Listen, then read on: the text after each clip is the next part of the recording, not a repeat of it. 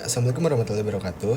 Perkenalkan, nama saya Ezki Nur Fajri dengan digit NPM terakhir 193. Saya dari kelas C525. Tujuan saya membuat video ini adalah untuk mengerjakan tugas ETS PRI, yaitu Pendidikan Agama Islam. Saya akan menjelaskan materi pembahasan tentang Ma'rifatul Insan. Semoga video ini bermanfaat. Di materi ini, kita diajak bukan cuma untuk tahu tentang manusia secara umum, tapi benar-benar mengenal siapa kita, dari mana kita, dan apa tujuan hidup kita. Yang kesatu, pemahaman umum tentang Ma'rifatul Insan. Ma'rifatul Insan itu sederhananya adalah ilmu tentang mengenal diri sendiri menurut Islam, mulai dari asal pencipta manusia, sifat-sifat manusia, potensi yang Allah kasih, sampai tanggung jawab kita sebagai hamba. Jadi, bukan cuma pelajaran teori, tapi kita diajak untuk sadar, aku ini manusia, ciptaan Allah, dan hidupku ada tujuannya. Kedua, definisi manusia. Dalam Islam, manusia itu makhluk paling sempurna yang Allah ciptakan. Allah berfirman dalam Quran surat At-Tin ayat 4 yang berbunyi, Laqad khalaqnal insana fi ahsani taqwim. Sesungguhnya kami telah menciptakan manusia dalam bentuk yang paling sempurna. Dari sini, manusia bukan cuma makhluk biologis, tapi makhluk yang punya tubuh, akal, hati, dan tujuan. Dan yang ketiga adalah hakikat manusia. Kalau kita lihat lebih dalam, hakikat manusia itu terdiri dari beberapa sisi. Yang pertama, makhluk ciptaan Allah. Kita bukan hadir tiba-tiba, kita diciptakan, diatur, dan diberi petunjuk oleh Allah. Yang kedua, makhluk rohani. Manusia punya hati, perasaan, iman, dan kebutuhan spiritual. Dan yang ketiga, makhluk berakal. Kita dikasih kemampuan mikir buat membedakan baik dan buruk. Dan yang keempat, makhluk sosial.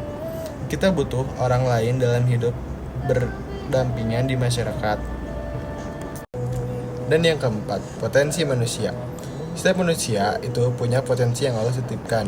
Beberapa di antaranya, yang kesatu, potensi jasmani, seperti tubuh, tenaga, gerak, keterampilan fisik. Dan yang kedua, potensi akal, seperti kemampuan berpikir, belajar, menganalisis, dan mengambil keputusan. Ini yang bikin manusia unggul dari makhluk lain. Dan yang ketiga, potensi rahani, seperti hati, iman, akhlak, dan nilai moral. Ini yang membentuk karakter seseorang.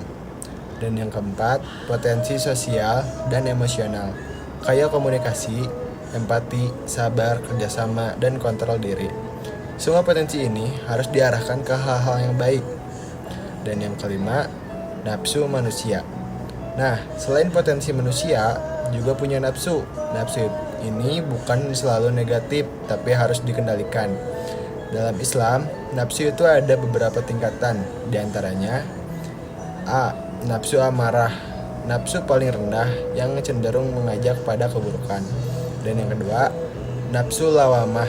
Nafsu yang mulai sadar, salah, dan menyesal. Dan yang kelima, nafsu manusia. Nah, selain potensi manusia, juga punya nafsu. Nafsu ini bukan selalu negatif, tapi harus dikendalikan. Dalam Islam, nafsu itu ada beberapa tingkatan. Di antaranya, 1. Nafsu amarah. Nafsu paling rendah, yang cenderung mengajak pada keburukan. Dan yang kedua, nafsu lawamah. Nafsu yang mulai sadar, salah, dan menyesal. Ini proses perbaikan diri. Dan yang ketiga, nafsu mutmainnah, yaitu nafsu yang tenang dan taat kepada Allah. Ini level yang diharapkan dicapai manusia. Jadi, nafsu itu bukan musuh, tapi sesuatu yang harus kita kendalikan supaya hidup lebih terarah. Dari semua pembahasan yang tadi, kita bisa tarik kesimpulan bahwa manusia diciptakan dengan kesempurnaan, punya akal, dan ruh. Tujuan hidup manusia adalah beribadah kepada Allah, seperti di Quran surat Az-Zariyat ayat 56.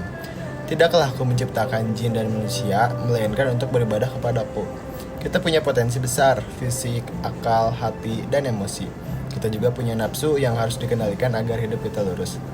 Dan tugas kita adalah mengembangkan potensi itu untuk kebaikan, bukan sebaliknya.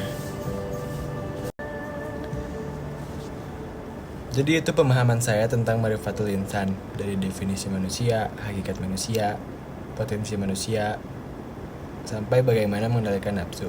Semoga bermanfaat. Assalamualaikum warahmatullahi wabarakatuh.